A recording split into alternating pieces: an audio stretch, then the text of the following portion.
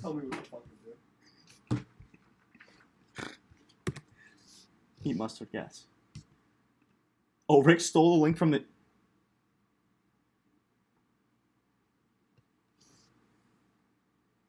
I really want your mom to come down during one of the episodes. It's really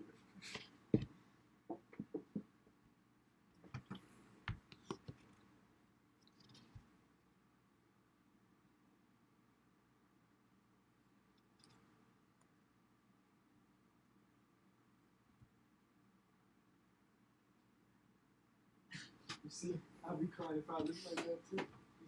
Shut up, dummy.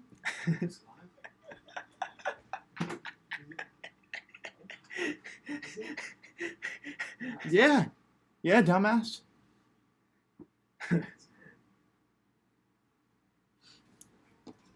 I'll start at one. Lower the fucking volume.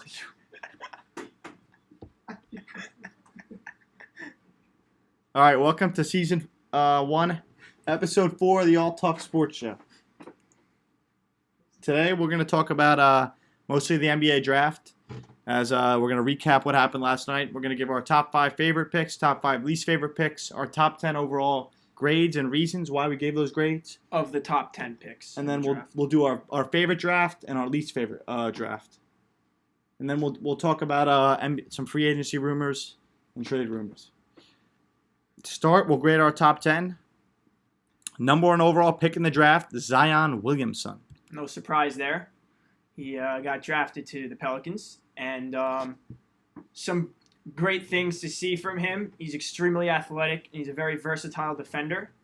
He can create his own shot, and as you know, he can finish at the rim. He needs to lose some weight, number 1. I think His cons. I mean, 285 I don't think is sustainable, considering he's only like 6'8". I think he needs to not so much just drop the weight, kind of just slim down and stay. You know, he's not fat. I just think drop a little bit of muscle, stay muscular. That'll kind of help his game be the best it could be.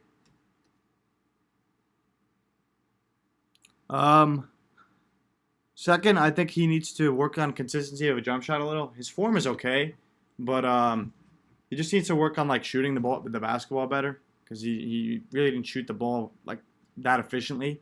He shot a little bit better in the tournament, which is a good sign, like seeing that was like the last stretch of games that they played. So I'm sure he worked on that during the offseason.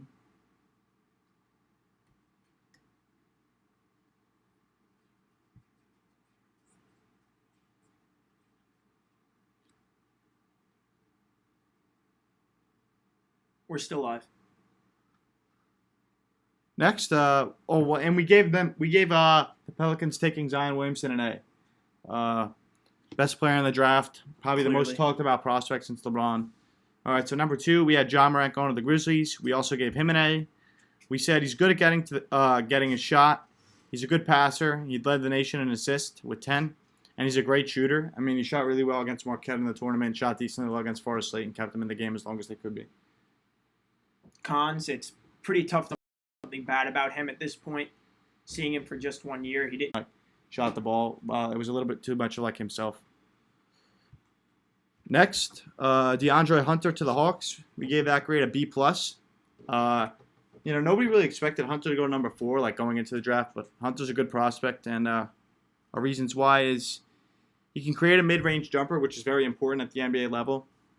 He's an amazing defender, probably one of the best in the country. Great length, and he's got a decent 3-ball, although he doesn't shoot many. So he's a perfect 3-and-D player coming right into the league right away. One thing he definitely has to work on is he's got to get stronger around the rim.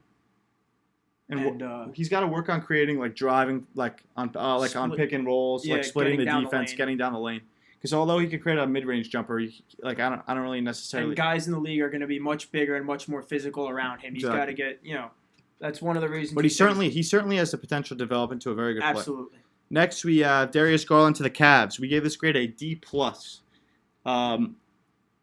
Pros, he could shoot very well, create his own shot, and he's a good 3-ball shooter. Second, he needs to improve his passing and B-ball IQ. He had 2.6 assists per game. He had more turnovers than assists. And the Cavs literally just drafted a point guard last year.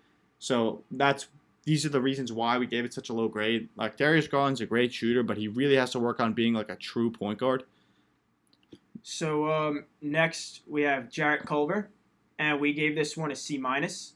So widely regarded as the best defender in college basketball. He can create his own shot. He's got great size. He played excellent throughout the season. However, in the tournament, he didn't play very well. And one major thing he should also be working on, he needs to improve his shooting. Yeah, he shot 21% in a game during the tournament, which is like pathetic. So, you know, I mean, I wouldn't necessarily say Jarrett Culver is a bad player. I mean, they have D Rose and Teague at point guard. Andrew Wiggins, like, we really don't know about him. So, Culver, I guess, could be one of their scoring options going forward. Next, we have Kobe White going to the Bulls. We gave this grade a B+. The reasons why, I'd say the number one reason why, in my eyes, is he plays with amazing pace. He played against very good competition in college, playing in the ACC. He's already a decent shooter. I'd say he was the best point guard in the ACC, and he's a really good transition player. Like, picking up pace in the NBA is very tough. A lot of people like struggle with transitioning to the NBA pace, but at North Carolina, he played with such good pace. Cons, I don't know, work on consistency of a jump shot. It's almost like every prospect needs to do that. And he needs to bulk up a little bit. Like, he's kind of small, and he's got to gain a little bit of weight. He's 6'5", 185 pounds. Got to be about 215. Yeah. To get up to 215, I think it's somewhere around there. I'd say, yep. Because like we said, guys in the league, sustainability in the NBA, they're going to be a lot bigger than the guys that they're seeing in college and a lot more physical. So probably, bulking up would be a great idea for him. Next, Jackson Hayes to the Pelicans. We gave this kid a B-. He's very athletic. He's a freak athlete. He could run in transition. He's a solid rebounder. He's a great shot blocker. And he's good around the rim. But the problem with Jackson is he does not know how to shoot a basketball. He needs to expand his range. He only took 3 shots throughout the entire year of college basketball. He literally can't even hit like an 18-foot mid-range jumper. So his game is so limited. It's basically like it's like a very athletic version of DeAndre Jordan. So it's like a DeAndre Jordan in his prime. But like modern day centers in the NBA, you need to be able to shoot the basketball. So Jackson Hayes is going to need to grow a jump shot. Next, we talked about Rui Hachimura to the Wizards. We gave this grade a C. Our pros is he's very strong. He's probably one of the strongest prospects in the draft. He's good around the rim. He's got a decent midi. Cons, he needs to expand his range, though. Got to be able to shoot a three-pointer pretty well to stay in as a power forward or a small forward because we don't really know what he is. That's another thing that we think is a problem with him. Is he a point guard? Is he a small forward? Is he a power forward? Like, what position does he play? It's kind of awkward. It's like Aaron Gordon. Like, yeah. Some teams would play Aaron Gordon as a power forward. Some teams would play him as a small forward. It's very awkward, and I'm not a fan of that. I do think, though, that once he gets in with the proper training and, goes to a team where he's not going to be as much of, like, the one that the team's being built around, he'll kind of find his position, his proper role. And I think that, they'll make it work for him and they'll kind of point him in the right direction. Next, we have Cam Reddish, the last dude guy to get picked. And we gave him an A-. So Cam Reddish is very good at creating his shots, and he's shown that he can play a backseat role, as he did to Zion and R.J. Barrett all year. However, we do think that he's going to shine in the league, and it's going to be his time to show what he really can do. He's decent 3-ball range, and he could work on his consistency with his jump shot. Because like we said, having a good jump shot is one of the most, if not the most important things to have in the league right now.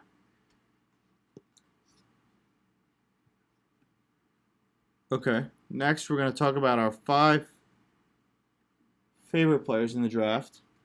Top 5 best picks, Fitz. To start off, we'll have Ja Morant to the Grizzlies with the 2nd overall pick. The Grizzlies traded away Mike Conley and selected their point guard of the future with Ja Morant.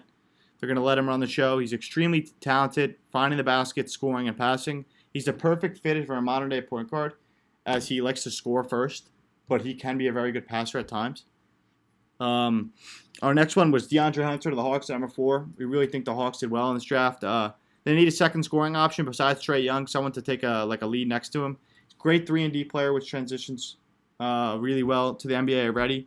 And he can create a mid-range jump shot for himself.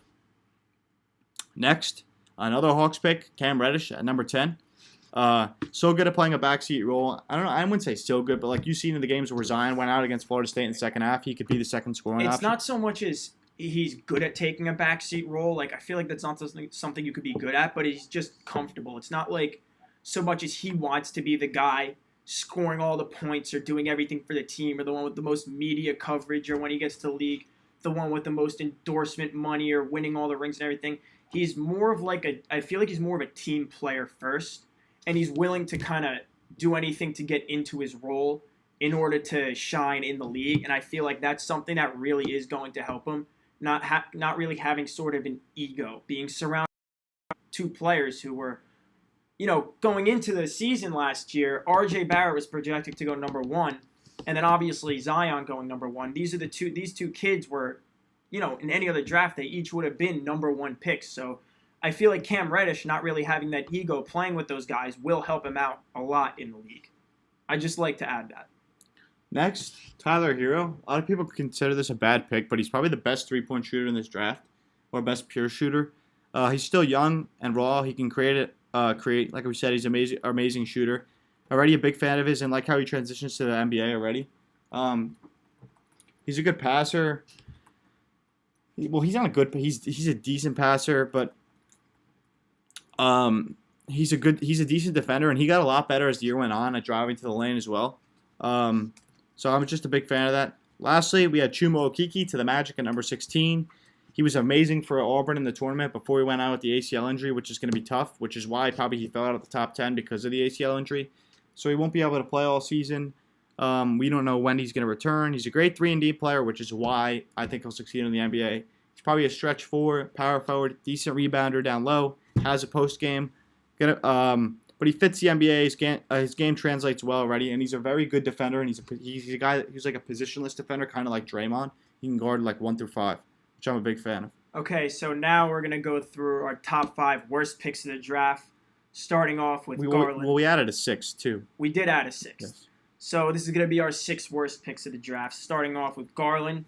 As we said, the Cavs drafted a point guard. They really don't need Darius Garland. You just drafted a fucking Colin Sexton last year at the number 8 overall pick. You need forwards. Who's your forward? Larry Nance? Kevin Love? He's grandpa.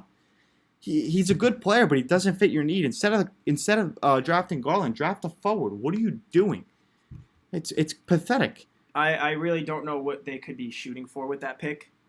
On top of that, I don't know. You're trying to build, like, John Beilein came in from Michigan. What are you trying to build, another college basketball team with 2 combo guards? That doesn't make sense.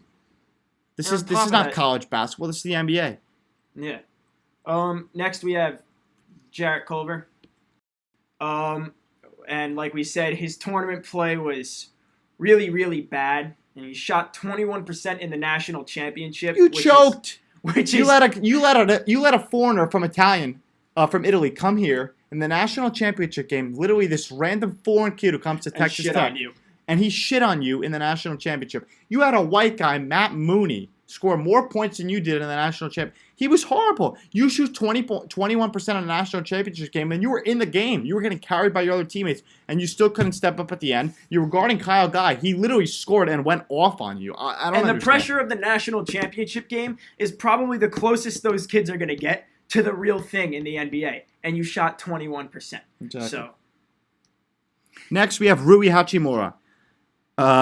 Is he a small forward? Is he a power forward? We don't know. That's like the big problem for me. Like, what role is he going to fit in the modern day NBA? He somehow got worse as the year went on, as a lot of players were improving, and they needed a wing, but this isn't it. He's not even a great shooter, and we don't know his true role. So, I mean, I think the Wizards could have done a little bit better with this pick.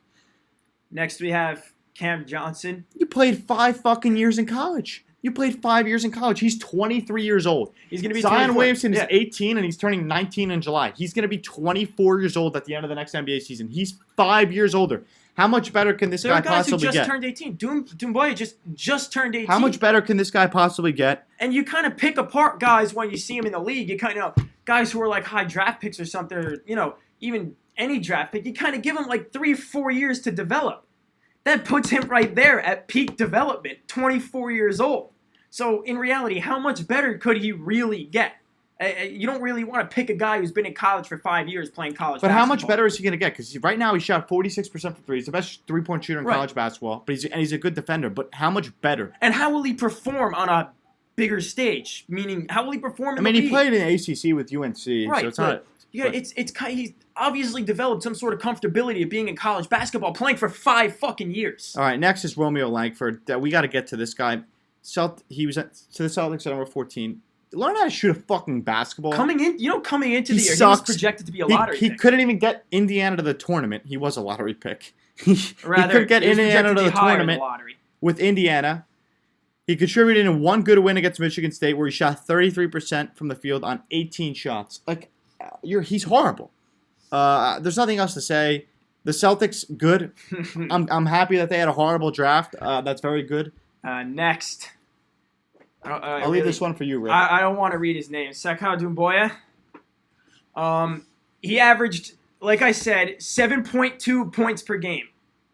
Okay, that's 7.2 points per game, not even 1 assist. I mean, there's not much more you want to say. Yes, he's 18 years old. However, he's playing in the French league.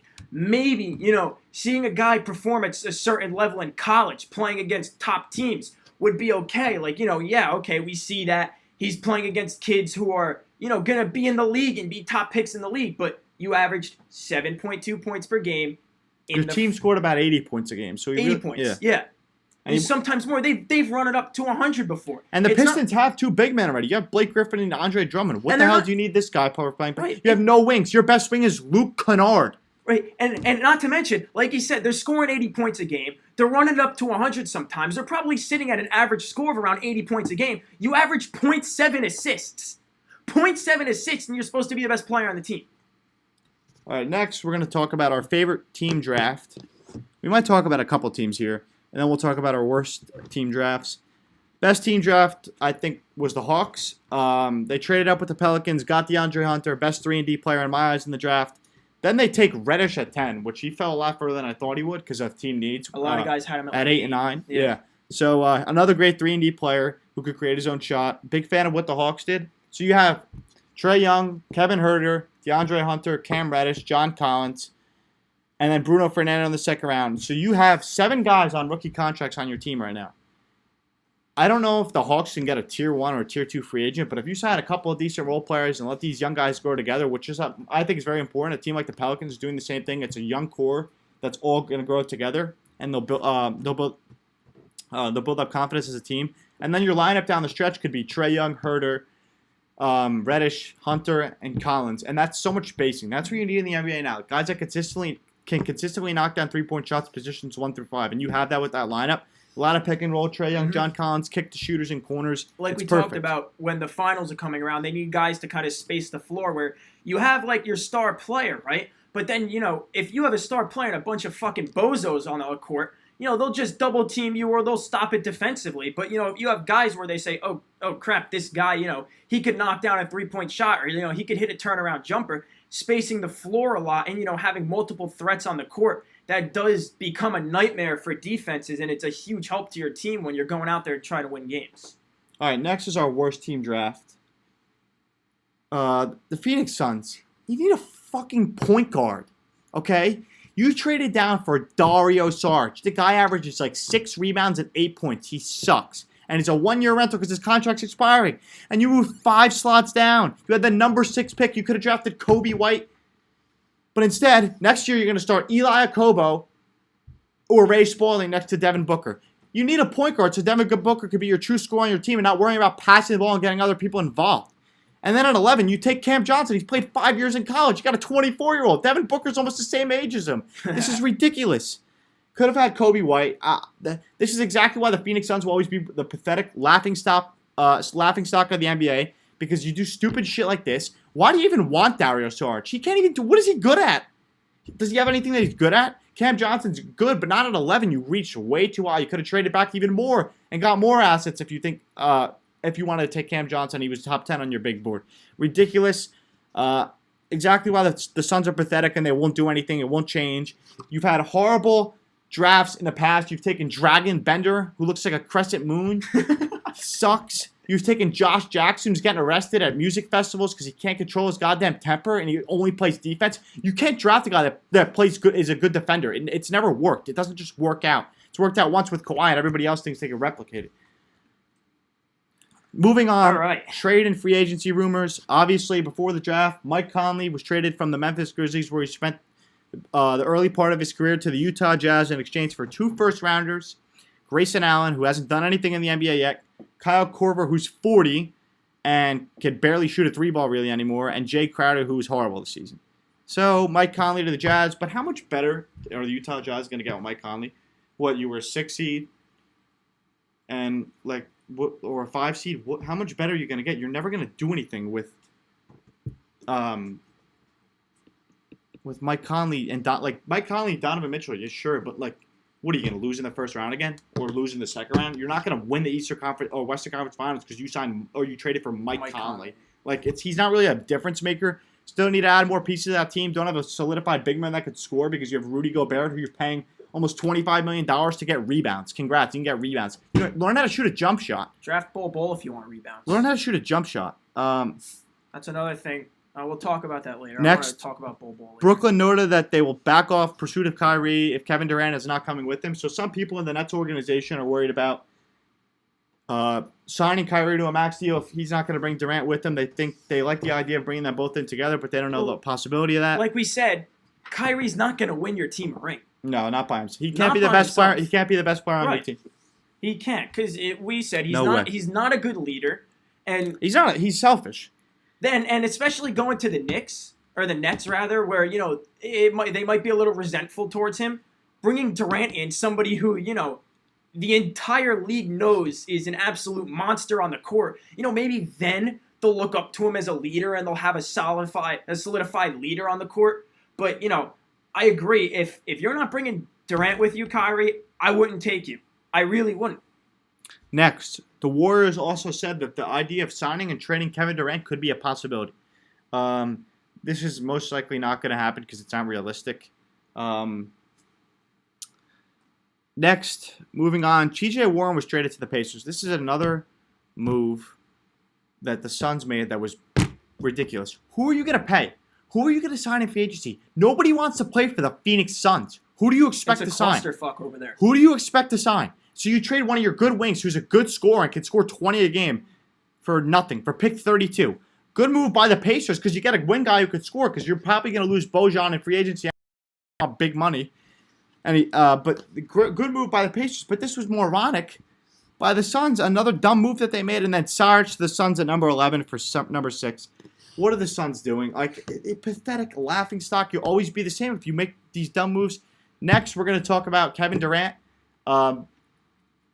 Nets, Knicks, Clippers, and back to Golden State are the possibilities for Durant. But he said he's not going to be influenced by another superstar, and he will make his own move by himself accordingly. I don't know how much I agree. I think he's going to try and follow somebody. No, he'll make the move. Or rather, he'll make the move. But I think he's kind of banking on somebody else to move with him. Somebody will. He definitely wants to be with somebody else. I think it's more along the lines of that. Next, Kawhi will actually meet with the Philadelphia 76ers when free agency opens. About the possibility of not re-signing Jimmy Butler or Tobias Harris to meet with Kawhi Leonard. Pretty interesting. Supposedly it's through Brett Brown as the coach because he was part of the Spurs coaching tree when Kawhi was with the Spurs and he was mentored by Popovich. So now we're going to get Q&A. We'll do a quick 5-minute Q&A. Any draft questions or some trade and free agency rumor questions for you guys have for us, we will take quickly for about a 5-minute period. Oh, what do you think about Bol sliding all the way down? There must be something that we don't know. Yeah, I wanted to talk about that. There must be something that we don't know about Bol. So supposedly some teams had him top 10 on their big board and top 20. But if he slides all the way to 44, there's got to be something missing here because you would have traded for Bol if you thought that you could have gotten somebody that was top 10 or 20 on your big board. He was available past 30 or 40. Yeah, Bol played 9 games. He averaged 21 points and 9.6 rebounds. You got to think about it. With Bol is the kind of guy that if he gets another big injury, right? Well, if he gets another big injury, he's probably not going to be that good. And he's a big big kid who's not 7'2", who's 235 pounds. exactly. He's a twig. toothpick. Yeah. But So how sustainable is his body going to be in the exactly. NBA with that? I mean, being 7'2", 235 pounds, he's 18 years old. You know, you're not going to be able to pack on weight that much. But like, you know, you gotta, you know, it's not his fault. But when he gets to the league, he really has to. And you know, I was thinking about him sliding. Like he said, there has to be something really, really major that, you know, people behind the scenes know about, because when you're averaging, well, rather in 9 games, he showed he can really, really play. He averaged 21 points, 9.6 rebounds. So, you know, if you're going to take a risk on this guy just for how he played, right, you know, rightfully so, you should. He's shown he could play at a really high level. He's 7'3", but to fall all the way to 44th, there has to be something deeper that's not being it was talked like the about. Michael Porter Jr. thing. We didn't know. Mhm. We all thought he was falling, like, and then finally they released something about an injury thing. All right. So now questions. Do you think the Hornets or the Heat are more screwed for the future with their cap situation? Well, the Miami Heat are paying guys like like Goran Dragic, $19 million. You're paying Hassan Whiteside $27 million. But those are expiring contracts, so we'll only have to deal with it for a little bit. You got good guys to build around in the future. You got Josh Richardson. You got Bam Adebayo. You got Tyler Hero.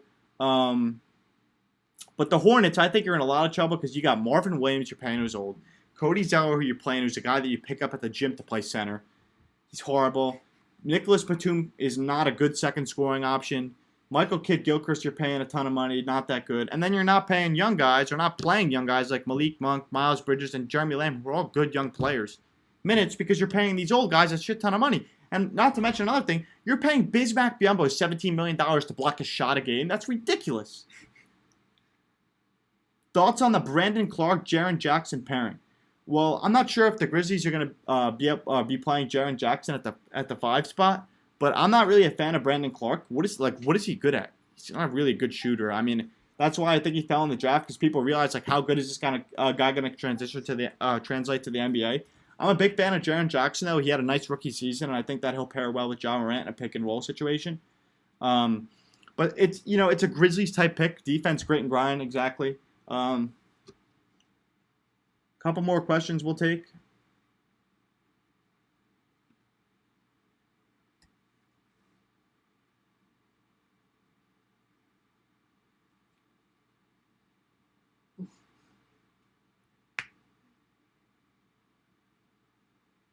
Teams passing on Nasir Little. Okay, this is an interesting one. Of course people should pass on Nasir Little. What? He can't fucking shoot. He's a wing who can't shoot. He's going to the Blazers. They got 2 guys like him already, Mo Harkless and Aminu. Both fucking wings who don't know how to shoot a basketball. That's why the Blazers are dumbasses. That guy should have fell out of the first round. He sucks. 26%. He sucks. 26%. He sucks. He sucks. Nasir Little. Oh my God. He's 6-man on UNC. 6-man. Horrible. He should have stayed in college for another year. Learn how to shoot a basketball. Please. Please learn how to shoot a goddamn basketball. Yes, we already went off on the Suns. I mean, god damn it. Just a bunch of fucking idiots. Laughing stock of the NBA. Pathetic. It's going to set them back a few years, too. They're already set back years. They draft all these guys who don't know how to play basketball. Draft Josh Jackson or Cam Johnson at number 11. He's a 25th pick. He's late first round. Everybody was grading him like that. What are you doing? And Dario Saric for a 1-year rental? Thoughts on the Suns owner? The GM is horrible. He's a fucking moron. James Jones from the Heat. Why would you even hire him? What credibility does he have? He's a role player in the Miami Heat. Just sit in the corner and jack up threes. Thoughts on Kevin Porter Jr.'s fit with the Cavs? I'm a big fan of Kevin Porter Jr.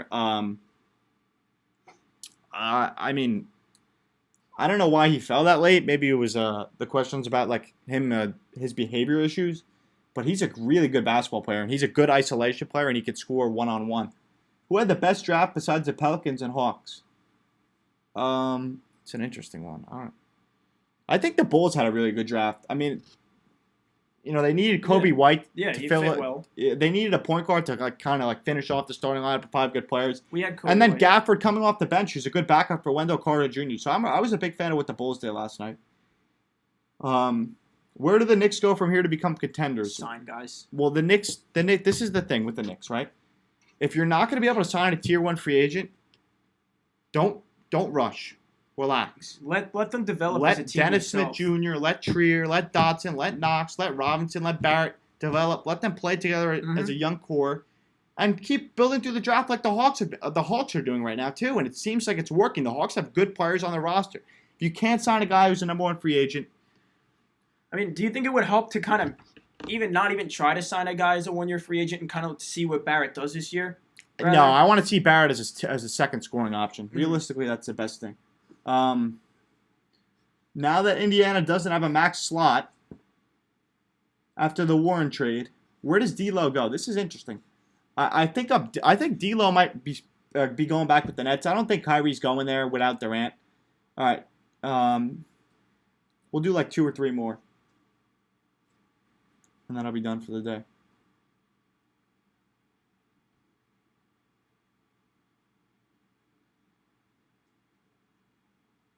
I'm a big fan of what the Pelicans and Hawks both did last night. And the trades Pelicans, between both of them, I liked. The Pelicans in the past 2 weeks. I think the Pelicans should have done a little bit more with instead of Jackson Hayes at 8. I think they should have traded down for another big because I don't see him. Okay, so from flipping Anthony Davis, Solomon Hill, and the number 57th pick, as well as a future second-round pick, the Pelicans turned that into Lonzo Ball, Brandon Ingram, Josh Hart, Jackson Hayes, Nickel Alexander-Walker, the number 35 pick, Silva, a 2020 protected first-round pick, a 2021 protected first-round pick, a 2023 unprotected pick, a 2024 unprotected pick, 2024 unprotected first-round pick. That's a haul. The Pelicans have been winning a lot of things in the past couple weeks. Yeah, they flipped a lot for Anthony Davis. And so they got a lot. And dude, it's all young kids. It's almost, you look at it, it's like an MLB farm system over there. They just got all these young kids coming up and going in. Yeah, but Josh Hart sucks. Yeah, but just wait until they develop. Rather not so much as Josh Hart, but like, as a team with, Zion there now, just wait and see how they turn out. They got all these young guys coming in. All right, Bull. There's got to be, like we said, there's got to be something that we don't know about Bull's injury. Worst pick in the draft besides Cameron Johnson. I don't know. There's a lot of bad picks. I think the Cavs really just fucked up with taking Darius Garland so early. I think the Cavs had a nice draft besides taking Darius Garland. Not a position of need, but that pick was fucking stupid. You think the Magic will win the East? I don't even think they're going to make the playoffs again. Mo Bamba, Defensive Player of the Year. No, he sucks. He wasn't even in their goddamn rotation. He's horrible. One last call. We'll do one more question, then we'll leave.